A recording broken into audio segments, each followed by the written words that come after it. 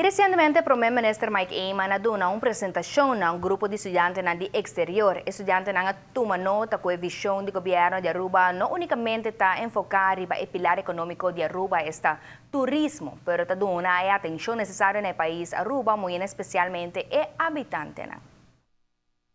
Están tratando de generar una conciencia cultural de querer al país, de querer a la isla y de vincularse y de amar lo que, pues, de amar la isla. Entonces me parece fundamental eso, fundamental que las personas que viven acá no sientan que son externas al crecimiento de la isla, sino que son parte de ese crecimiento.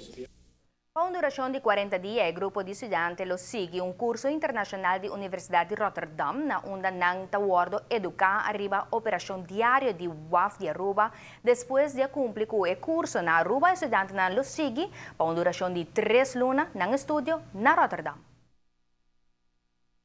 So the purpose for the whole group here is that we run a program, and it's called, the program is for Manager Port Operations, and it means that they get lectures for 4 months, but not only lectures, they also have assignments and also really practical tasks, and they will see a lot from the port and from infrastructure.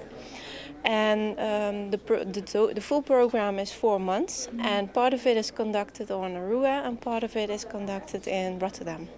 So in June they will fly to Rotterdam and they will continue with the program.